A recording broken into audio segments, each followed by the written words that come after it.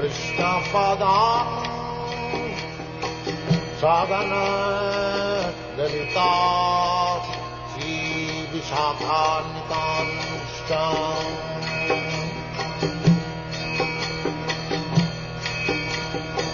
Sri Krishna Chaitanya Prabhu Nityananda Sri Advaita Gadadhar Sivasadi Bhagavata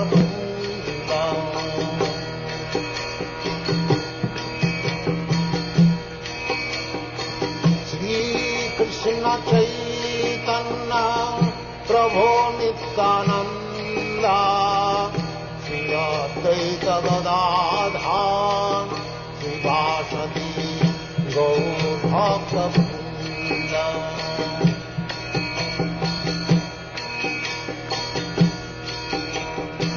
Sri Krishna Chaitanya Prabhu Nityananda Sri Advaita Gadadhar Srivasadi Gaur-Bhakta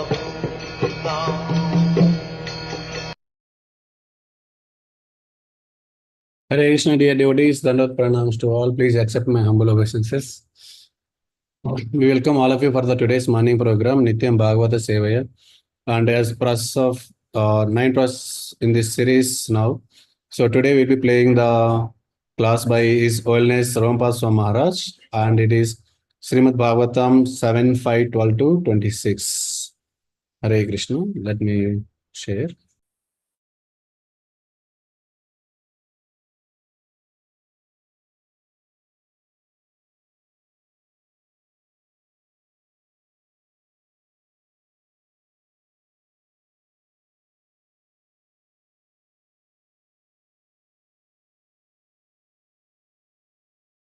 Those who Prahlad Maharaj was asked by his father, what's the best thing that you've learned in school? Should I ask for a volunteer or should I say? What was his reply? Those who have accepted a material body, dehinam, I, and those who accept the material body to be themselves and the extensions of the body to be mine, I and mine,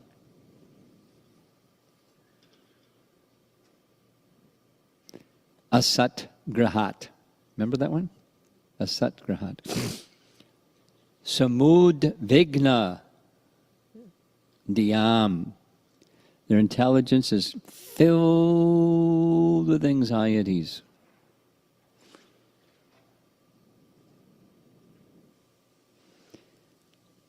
And that person should, they're like an individual that fell in a dark well, andakupam,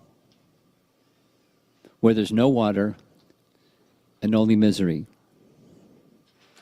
Such a person should go to the forest, in Prabhupada's gloss, specifically Vrindavan, where Krishna consciousness is prevalent, and worship the Supreme Personality of Godhead.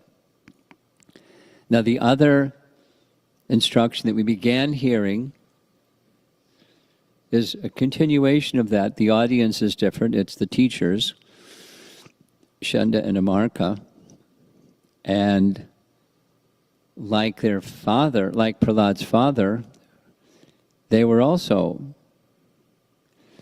more than curious. They wanted to know how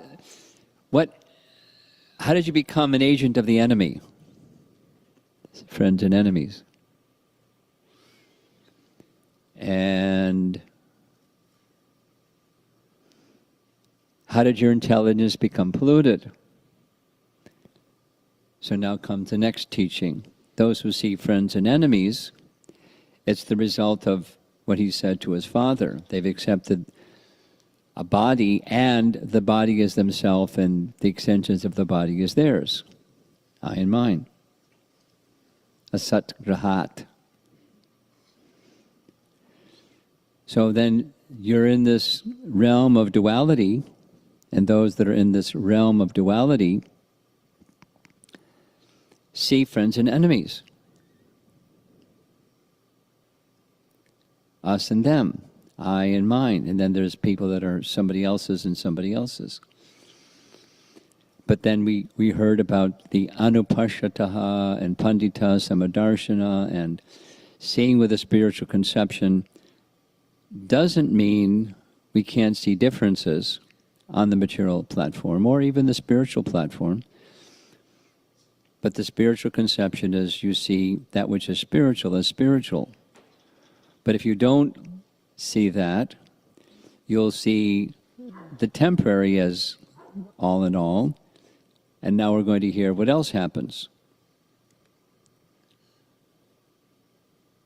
And let us just invoke our remembrance one more time, probably a few more times as we go along. These are specially appreciated teachings within the whole of Srimad Bhagavatam that teach the mood and the way of pure devotion.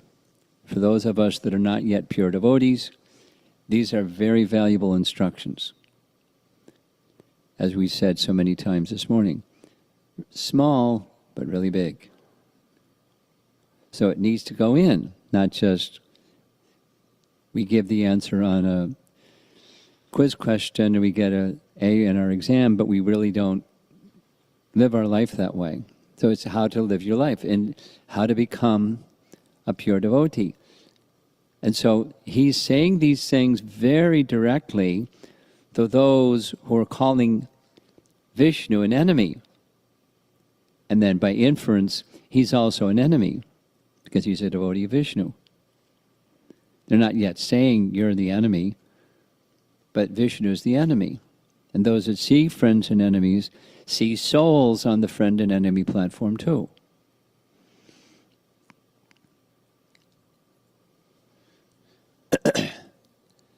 So here's the Sanskrit of the next text, and I made it color-coded to make it a little easier to take apart. This swapara iti, just leaving out the iti part, swapara, and the word for word is, this is my business and somebody else has their business. That's how Prabhupada is given in what he's given in the word for word. In the verse, it's thinking of in terms of enemy and friend. Because I and mine is my business, your business, you're my friend, you're not my friend. You're my friend if you help me with my business. Just like this definition that we're asked about how do you break down friend and enemy? Somebody that interferes with my sense gratification, that's an enemy. Somebody interferes with my happiness, that's an enemy. Somebody that interferes with my business, that's an enemy. And you have bigger enemies and smaller enemies and medium enemies, and it can even be a family member. It's like an enemy because you're interfering with my sense gratification. What's my happiness? Mine. Asat grahat. Connecting back to that first teaching. Then Atma, abudhir. Here's this word buddhi again, and buddhi and abudhi. So abudhi is without intelligence, or Prabhupada's translation, unable to ascertain Atma. So he's translated it as super soul. It could be the individual soul. You can't see the individual soul. You can't see the super soul when your intelligence is in this friends and enemy position. When you're in duality, you can't see spirit. That which is spirit, you see otherwise. You see scripture otherwise. You see the deity otherwise. You see the holy name otherwise. You see souls otherwise. You see that which is in this world that's spiritual as material. duality by default. Just this one little thing. Get a material body and identify with it. We all got one, and we're all, to different degrees, identifying with it. That's, so it's how to go from the contaminated to the pure state. He's giving teachings for us by teaching Shandanamarka in this case. And then this other line that's in a light blue color, Muyanti, bewildered. Right in the first verse, Muyanti at Surayaha. Even the demigods, first verse of the Bhagavatam, even the demigods are bewildered. It's right in this verse too. Even Lord Brahma can be bewildered, but bewildered about following the principles of devotional service. Moyanti yat Vartmani Veda Vadino. Veda Vadino. Veda Vada or Veda Vit. They can't discern what devotional service really is. Muyanti. They don't understand devotional service. They don't understand Atma. They don't understand Paramatma. Theirs is the world of duality. Now, the final little translation is that Prahlad is not seeing like that, and that is because of the mercy of the Supreme Personality of Godhead, which he acquired through the mercy of Narada. Hint, that's how we can acquire, going beyond this duality business, material existence, material consciousness business, by mercy, properly received. Same thing as we discussed this morning. So here's the translation of text 13. Persons who always think in terms of enemy and friend are unable to ascertain the super soul within themselves. Not to speak of them, even such exalted persons as Lord Brahma, who are fully conversant in the Vedic literature, are sometimes bewildered in following the principles of devotional service. So, my dear devotees, if Brahma can be sometimes bewildered, what to speak of us? And the problem is not outside of us.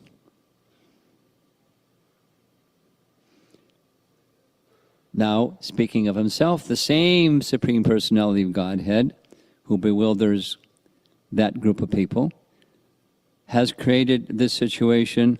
Who has created the situation has certainly given me the intelligence to take the side of your so-called enemy. So they wanted to know, where are you getting this? From the same place you're getting yours.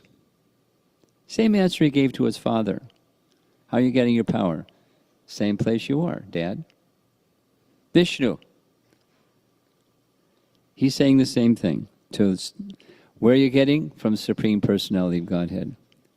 Now, he doesn't say Narada gave that benediction, but that's the source. Prabhupada's explanation in the purport is very sweet. My dear teachers, you wrongly think that Lord Vishnu is your enemy, but because he is favorable toward me, I understand that he is the friend of everyone, including you. You may think that I have taken the side of your enemy, but factually, he has bestowed a great favor upon me. So, if that's the friend and enemy consciousness, you've got this polluted consciousness, you've got this polluted conception, you've been spoiled. You're on the side of the enemy, but the reality, the spiritual reality is, A favor he has removed that illusion by the grace of Narada. He has removed that illusion because it's his Maya. This is in Queen Kunti's prayers. When Devahuti to Kardama Muni, Devahuti to Kapila Dev. There we go. Devahuti to Kapila Dev. I'm in illusion. I'm thinking in terms of the bodily conception of life and family and attachment and all kinds of anxiety connected to that. And I know the philosophy, it's only Maya. But it's your Maya. You put it there. You can remove it. Please remove it. And he does so through instructions, and it gets removed. Because it's not just a magic wand, touch the magic wand, and Maya's gone. There's a relationship of hearing and then acting within what you've heard to connect with the source of what you're hearing, the personality of Godhead ultimately. So he is, same as we heard, same super soul who puts the illusion person into illusion, the same super soul has given his favor to me. You consider him an enemy. I consider him very dear to me. And so he's given me this intelligence, and he's given you another kind, the friends and enemy intelligence. Then he uses this nice metaphor of a magnet and iron filings, or a magnet and iron. Oh, Brahmanas, as iron attracted by a magnet stone moves automatically toward the magnet, my consciousness, having been changed by his will, is attracted by Lord Vishnu, who carries a disc in his hand. Thus I have no independence. I'm spontaneous. You want to know how this comes? I'm spontaneously attracted. That's like magnet and iron. And it's perfectly natural. We're going to hear more about that also. Perfectly natural for iron or iron filings to be attracted to a magnet. They don't have to think about it. Well, let me think about it. They're attracted to the magnet. And similarly, for living entities to be attracted toward Krishna is natural, not unnatural. The other is totally unnatural. It's a diseased condition. To have a fever is unnatural. To have normal temperature, that's natural. So the feverish condition of material existence has a natural solution. Bring your temperature to normal. Whatever is aggravating the body to the cause of fever, remove the aggravation and it becomes normal. It's normal, natural.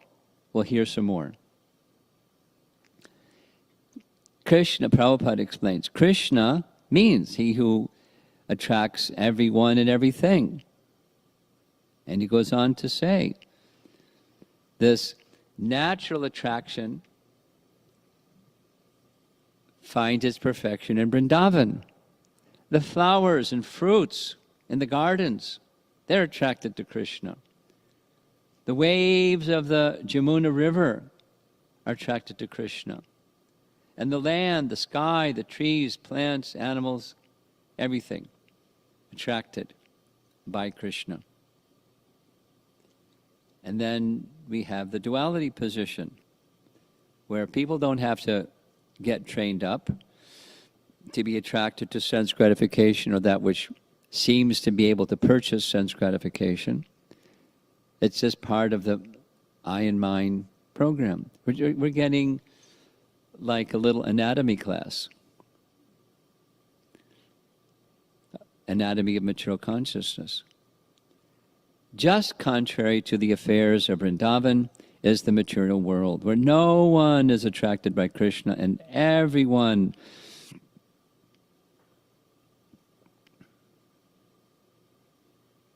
otherwise you wouldn't be here. Everyone's attracted by Maya. And what does Maya mean? Illusion. And we're attracted by illusion. That's why we came here, because we're attracted by illusion, so we're given illusion. And we're chasing after it. Good image. Prabhupada very kindly speaks about the compassion of Prahlad. This Hiranyakashipu situation. Hiranyakashipu, his name means sense gratification. Gold and soft bedding. Kashipu.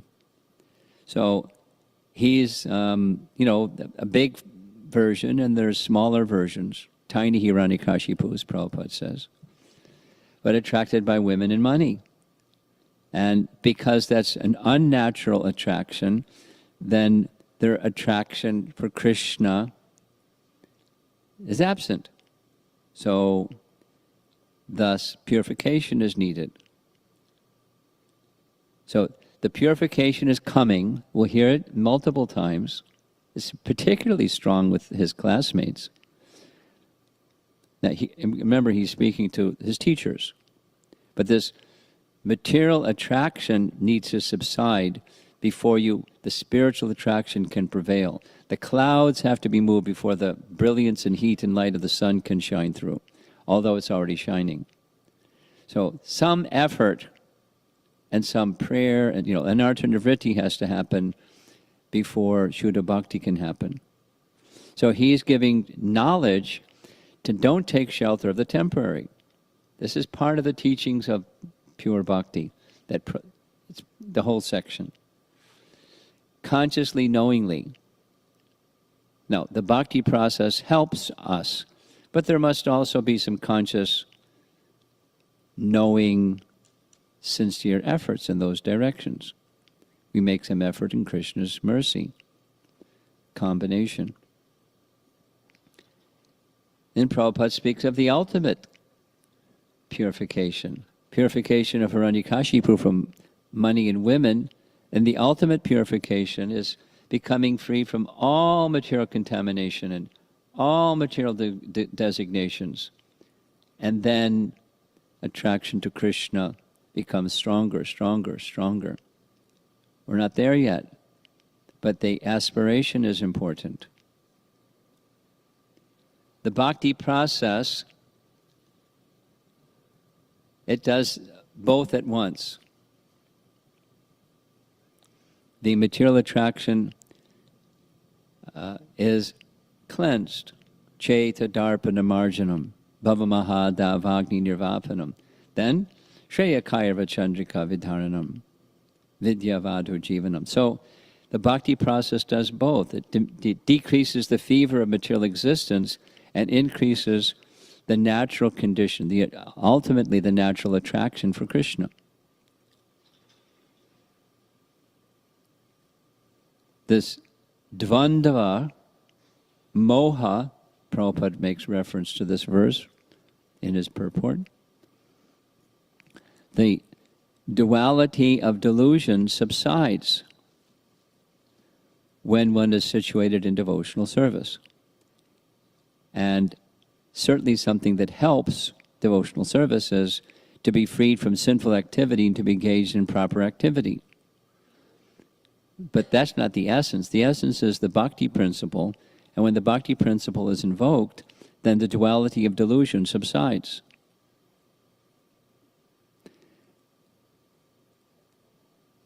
See, he's teaching to become fully Krishna conscious.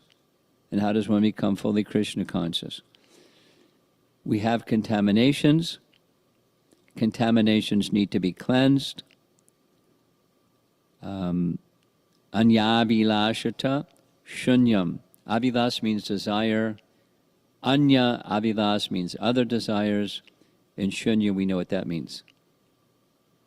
Buddhism. Means completely gone. Zero. Zip. Gone. Anya abhilash shunya. It's not at once, it's gradual. But that's the becoming Krishna conscious platform. So he's now given that reply, how did you get this contentment? This is to Shandanmarka. This is teaching number 2. And we're going to quickly touch on teaching number 3.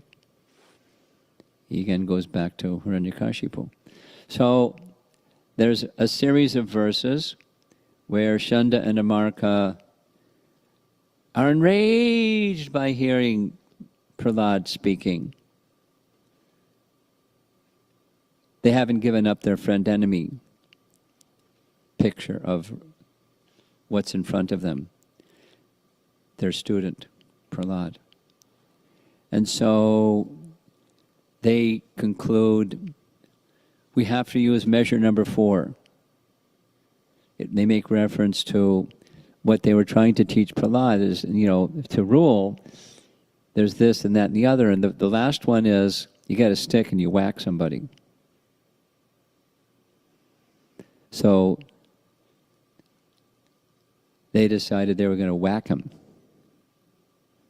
until he submitted and gave up this polluted intelligence. Doesn't say whether they whacked him or not, but that was their mindset, just like intimidate him like anything. And they tried and they tried and they tried, and some time passed. And then after some time passed, Hiranyakashipu once again invited Prahlad to sit on his lap. And he's affectionate, Hiranyakashipu. He wanted to hear what Prahlad had learned since the last time he asked that question. My dear son, oh, long-lived one, how much time, for so much time you have heard many things from your teachers. Now, please repeat to me whatever you think is the best of that knowledge.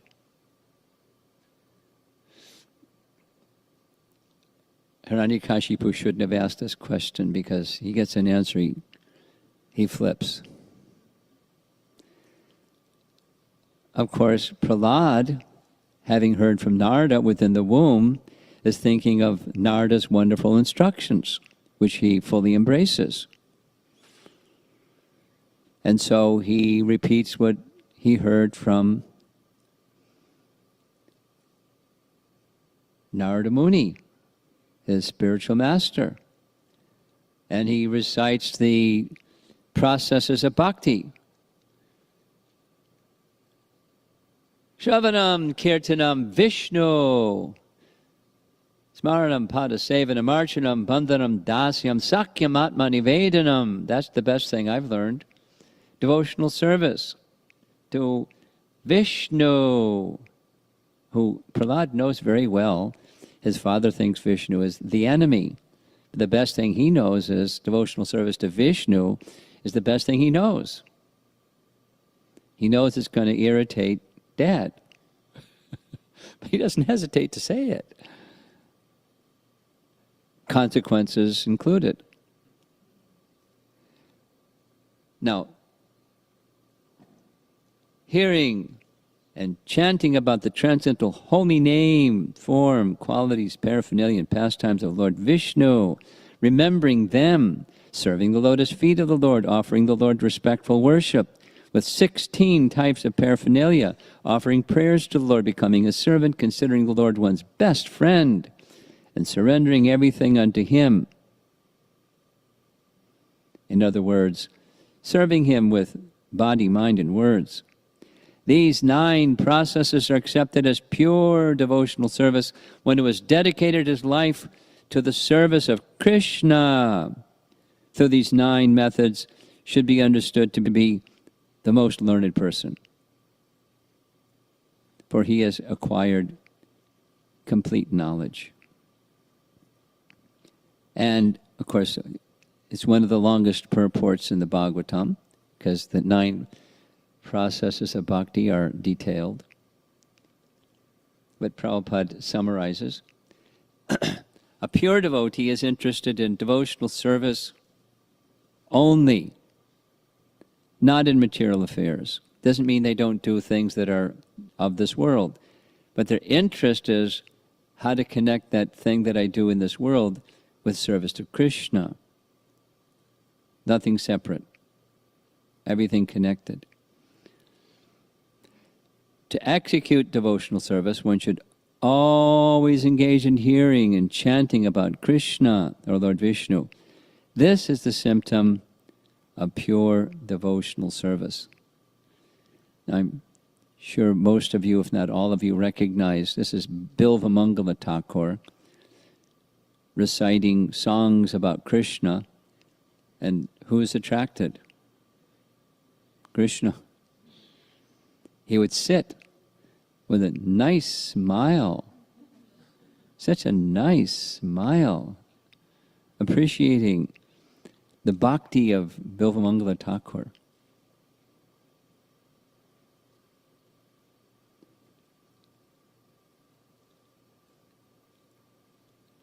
The iti pungsarpita Vishnu, that's the second line of that verse. The word pungsa means all living entities. Who's eligible for devotional service? All living entities. Not just men, not just brahmanas, all living entities. Chaitanya Mahaprabhu expanded beyond the human form of life. And to a small extent, we can do that too. I was visiting a home one time during winter, and I noticed right outside their window, because it was snow everywhere, there were footprints of squirrels. And I asked, "What's this?" Said, "Oh, every day when we make our offering to our deity, we put some almonds and some nuts that are offered to the deity just outside the door on the balcony." And they said, you can set your clock to the exact time the squirrels come to take their morning breakfast. Right on time. And so I watched, and sure enough, really regulated squirrels. Connected with deity worship. And it was Krishna Prasadam. So that's one of the duties of householders. Not just to feed squirrels, but to consider whatever gift Krishna has given, how can it be shared with others? The best of all gifts is the gift of transcendental knowledge. But this gift of Krishna Prasadam is another very natural gift, far more so than just philanthropy and altruism and giving to the Red Cross or something like that. Some charity work. The gift of Krishna consciousness can go to other living entities, and then those other living entities are taking prasadam. And the tree that produced the almonds is getting some spiritual benefit because you offered the almonds to Krishna, and so forth. The human form of life can do those things, and others that aren't in the human form of life can get spiritual benefit if the human form of life is engaged properly. So the gift of transcendental knowledge is really important. Now, receiving the gift properly is also really important. We've been given it, we received it to some degree, and how completely have received that knowledge is really important, because then we're more capable of giving it unrestrictedly, transparently, and so forth.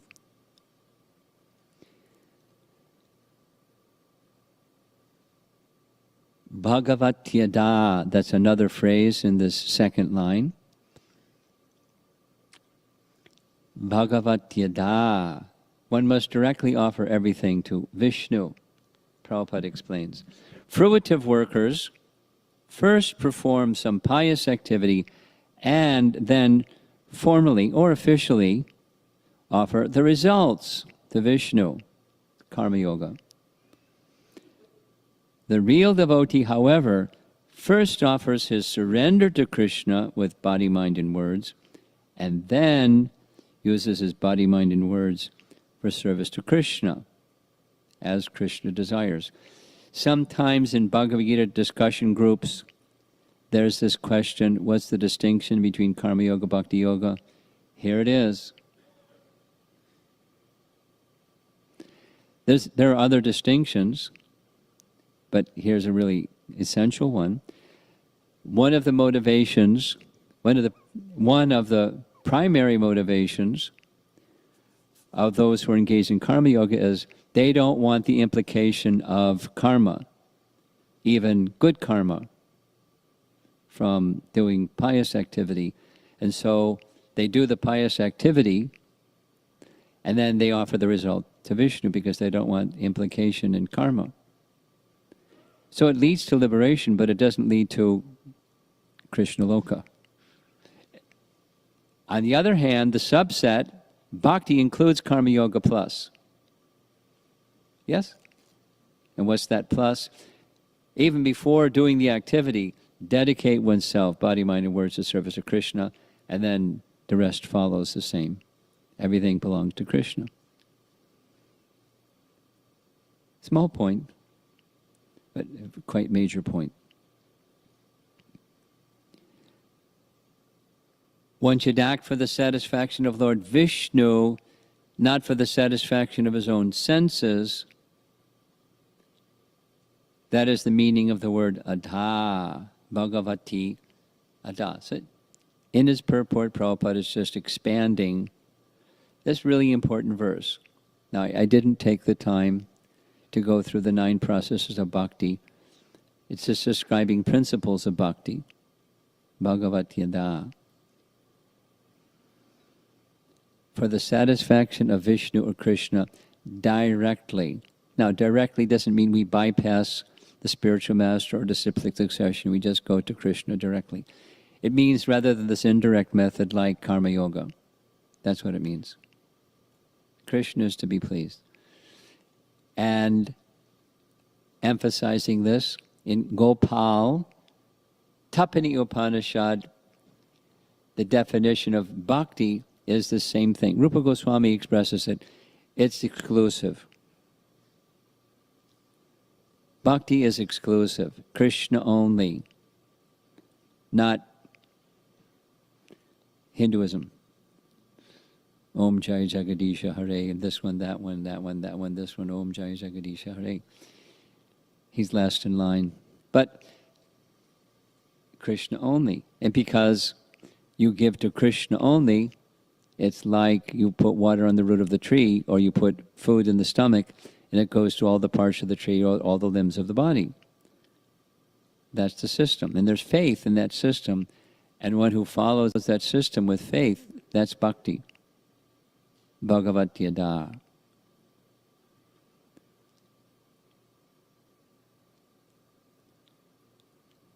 If a devotee performs only one of these 9 without deviation, he can attain the mercy of Krishna. You want the mercy of Krishna? So engage in any one of the 9 processes without deviation, or any combination of them, or all of them, whatever your heart's desire. When a devotee executes any one of the 9 processes, this is sufficient, semicolon, the other 8 processes are included. Now, combine different of the 9, that's very nice. One supports the other. And of all of them, this hearing and chanting most important. In Jiva Goswami's Bhakti Sandarbha, he emphasizes chanting. Like a whole long section, important section, because this is the teaching of Chaitanya Mahaprabhu through Srimad Bhagavatam, but when you're chanting, you're hearing. And if you're doing deity worship, you should be chanting as part of deity worship. And you're doing praying. There should be hearing and chanting, because then that precedes the prayer, etc. So he goes through this really elaborate explanation with scriptural references and says the essence is chanting. Similar discussion in Chaitanya Charitamrita. Sarvabhauma Bhattacharya asked Lord Chaitanya, of all the beneficial things mentioned in the scriptures that living entities are recommended to, is there one thing that's most important? Yes. Chanting the holy name. Chanting specifically the name, because within the name is everything. And then you can chant scripture, but that's just unpacking part of what's everything. So we do both. Not one or the other, we do both.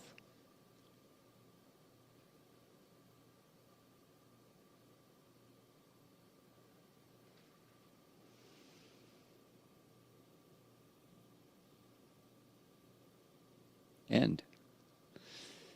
So that concludes, depending on how our question and answer session goes, that concludes the third instruction section.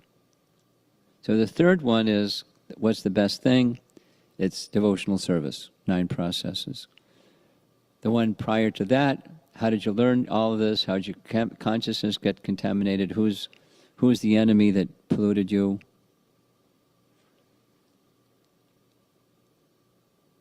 And super soul.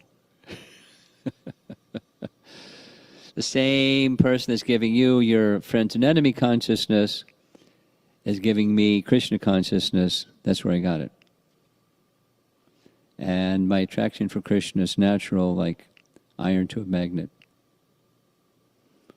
And persons like you, who are averse to Krishna, super soul is covered, you can't see anything. Anything that's spiritual, you can't see. You see it as something material, like you're seeing me.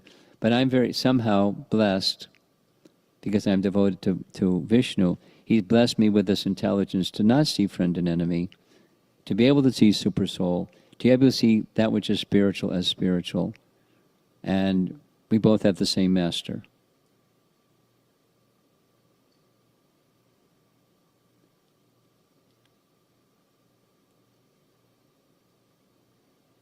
He's actually your best friend, although you see him as enemy, Vishnu.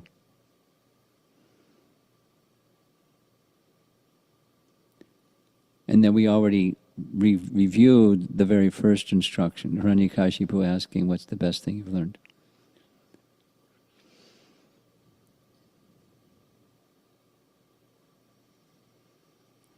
So let's see if there's any discussion. Now, I've been told there's a program that's been scheduled and publicized here. There's going to be a bhajan group coming in. Is that today? 11:30.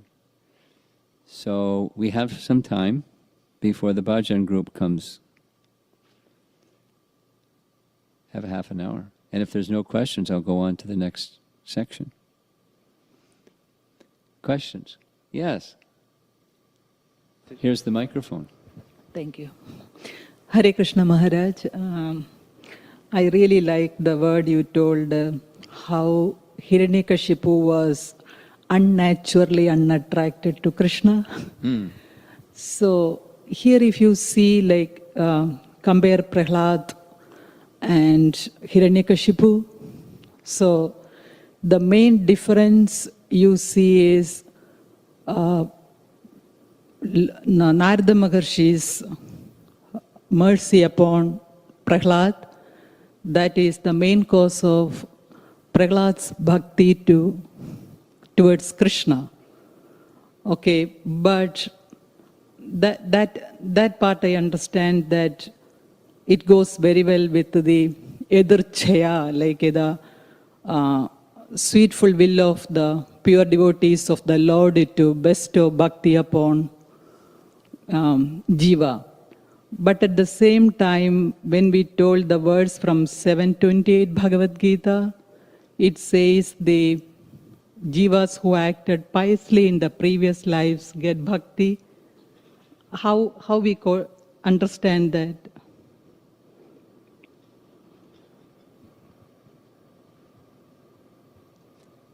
Well, two things. I'm not sure. One thing is I'm not sure what your question is, but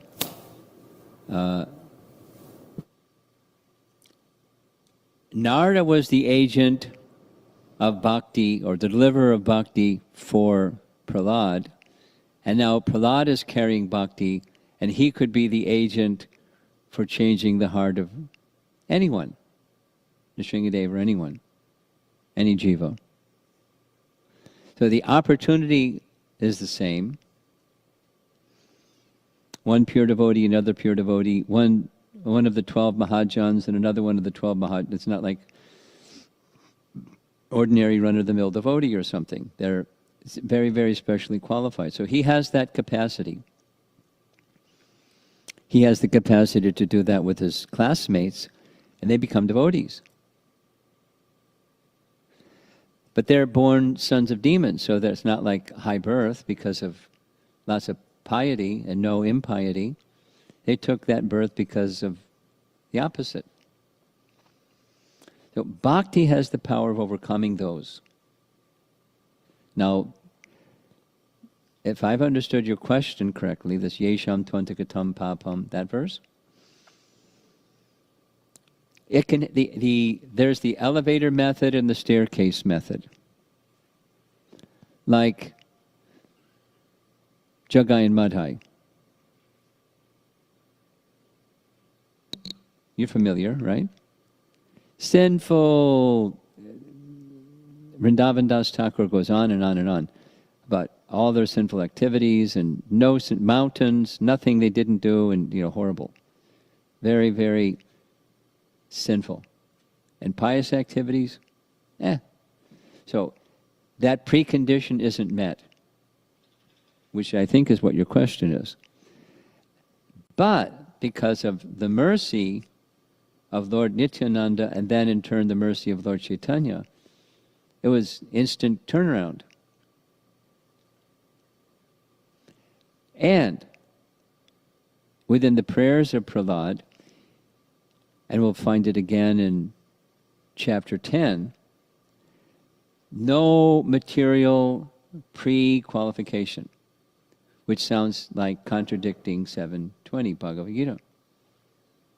But bhakti has the process to change all that. Or let's take another example, Prabhupada coming to the West. And he said, these young Western boys and girls, their lives were simply made up of sinful activity. And now they've given it up. How is that possible? Because now they have a higher taste. And how they get that? Well, the higher taste didn't come like with Jagai Madhai.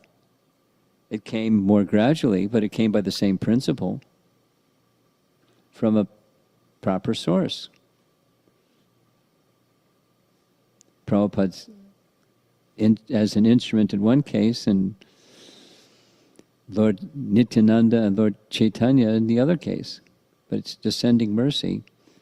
And it still requires saying yes. It's not like you get cleansed and you don't have to say yes.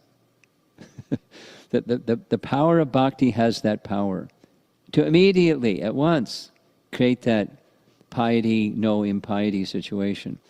It's a free will choice.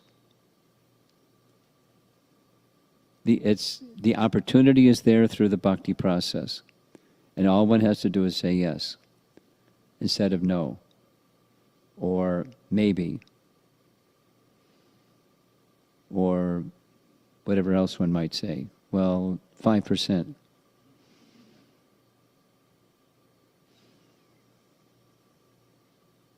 The potency is there within bhakti to create that first part of the precondition in chapter 7, verse 20.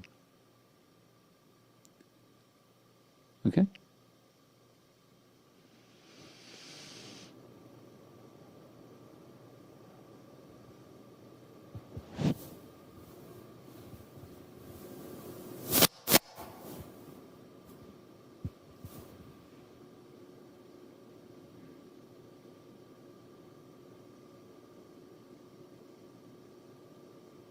Okay, should I move on to the next section?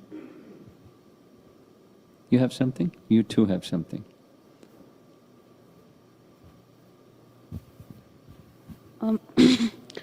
Hare Krishna Maharaj. One of the principles that Prahlad Maharaj emphasizes is to not see people in terms of friend and enemy and see everybody as a devotee of Lord Krishna, as a servant of Lord Krishna. Yeah.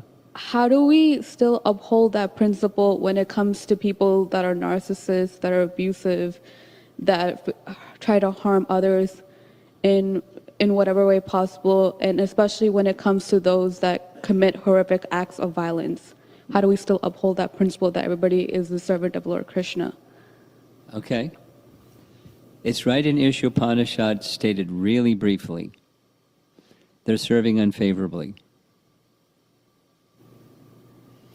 Supposing there's a mother and father, and they have a number of children, and one child amongst the many children is naughty.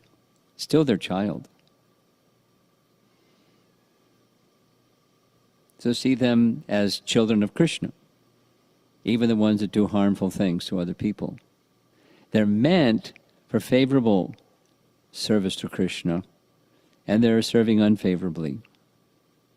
Now there's causes for their serving unfavorably, and you can list what those causes are, but they're reaping the fruit of their past free will choices, and therefore they're acting unfavorably as the consequence of previous free will choices.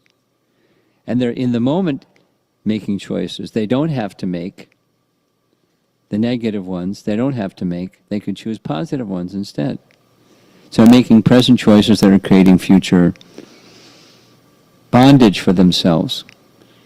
But the soul is independent of those choices, karma. But their service is unfavorable, quite in reference to what you're saying, quite unfavorable. You could go stronger and unacceptable. You can go further and say, criminal.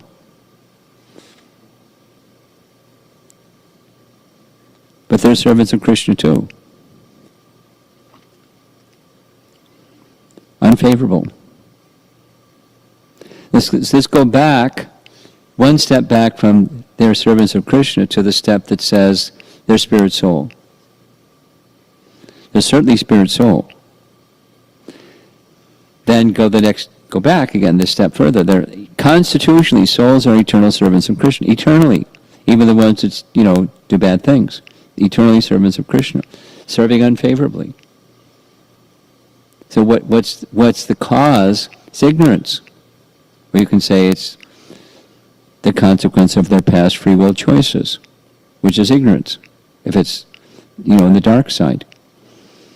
So removal of ignorance is the solution. And it's not just, give them a elementary, intermediate, whatever it's called, middle school and high school education, and they'll stop being bad people. Not just that education, that removal of ignorance. No harm with that, but it's not at all sufficient. And so how do you give people spiritual? That's the question of the whole Bhagavatam. One of the 6 questions of the whole Bhagavatam is how to eradicate the darkness of Kali Yuga, the light of the Bhagavat. And that's the answer given by Sutta Goswami. That's the conclusion given by Vyas. That's the conclusion of us. Now, to give people Srimad Bhagavatam, we may have to do other things, all kinds of other things. But that's the light.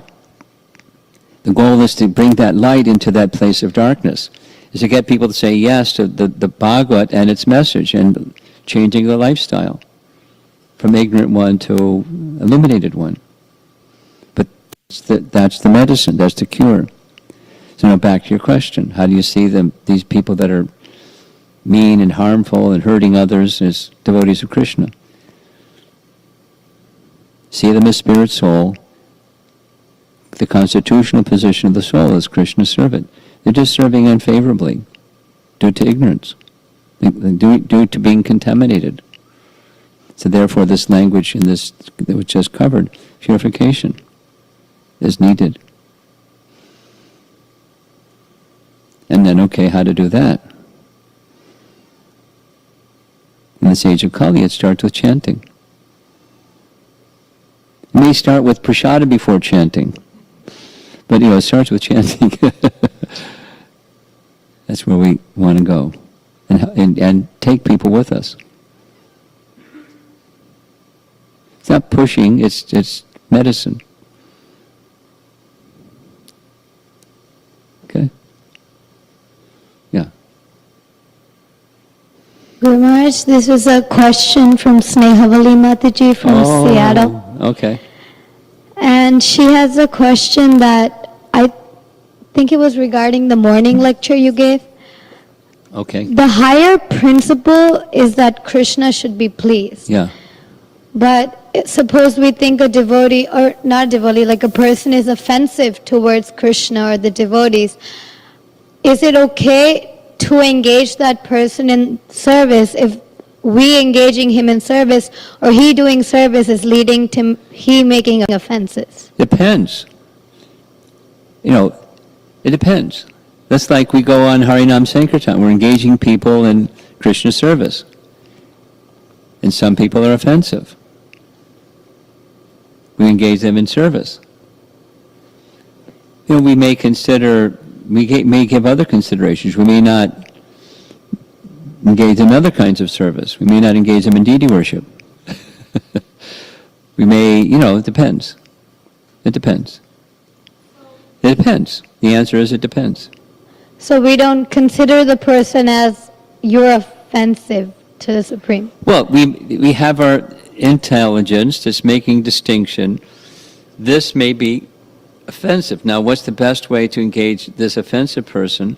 And maybe just keep a distance from them and pray for them. But, it depends on the person and what our own capacity.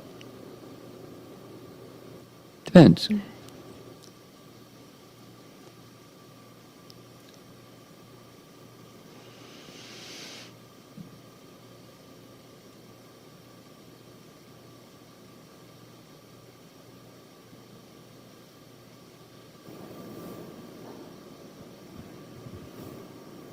Now we have 15 minutes, and I guess we could end early, or I could launch into the next section. Or just have kirtan.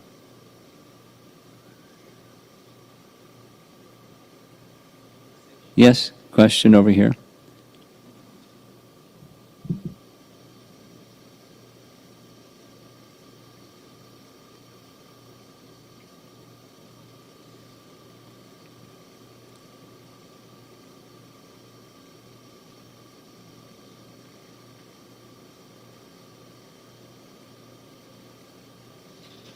Just speak right in. You got it.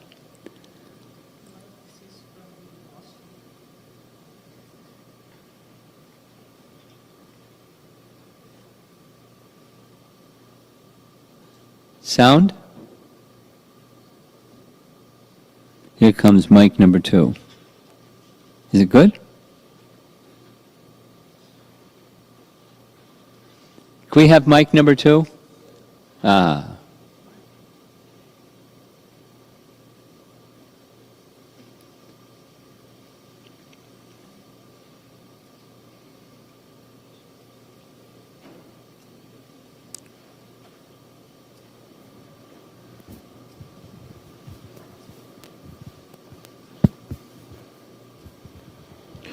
Maharaj, this is something I heard from you last week. Last week? Yes, Maharaj. Oh. You said that one point, sometimes mercy can be bounced back as well.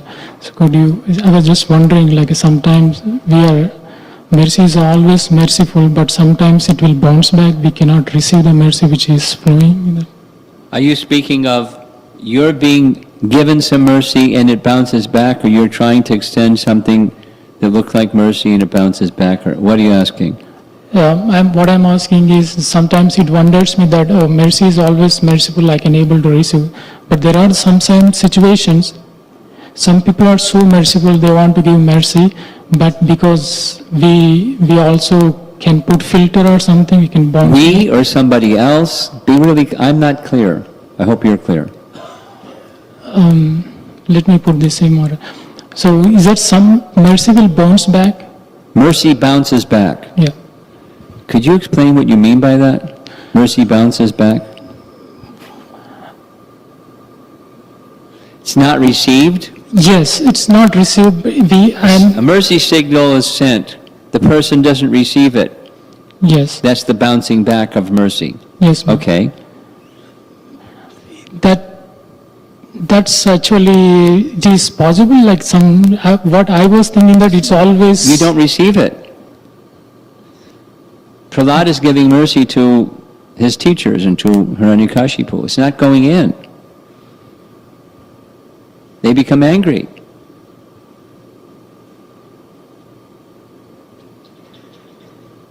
Does that answer your question? Yes, Maharaj. Okay.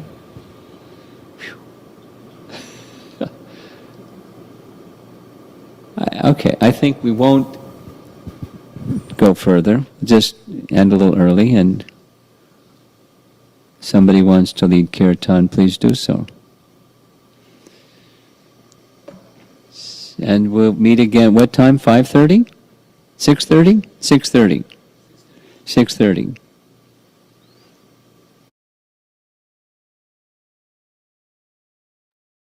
Hare Krishna Sandesh Priya Prabhuji.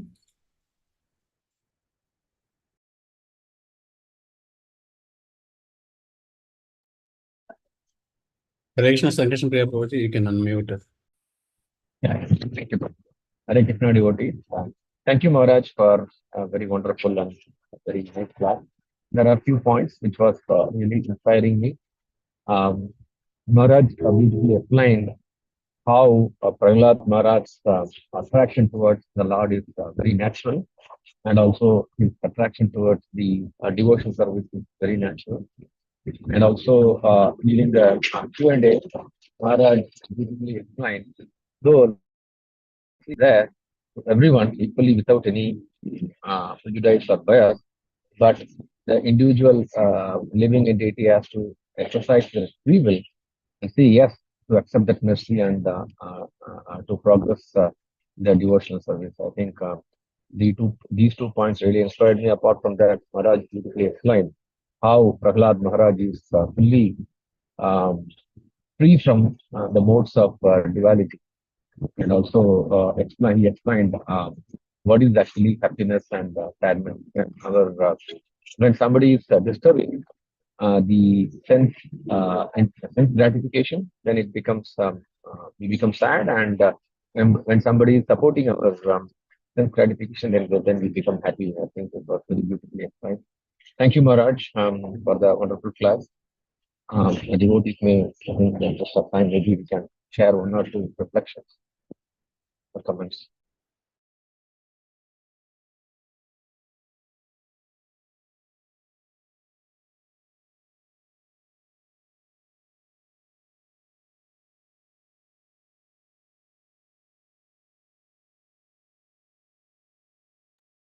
Prabhuji, I think there are no questions for me, so we can end today's session with Vaishnava Pranam. Mantra Kalpata Rudhyasya Pipasando Duyaveta Kalinam Pavan Vaishnava Dhyana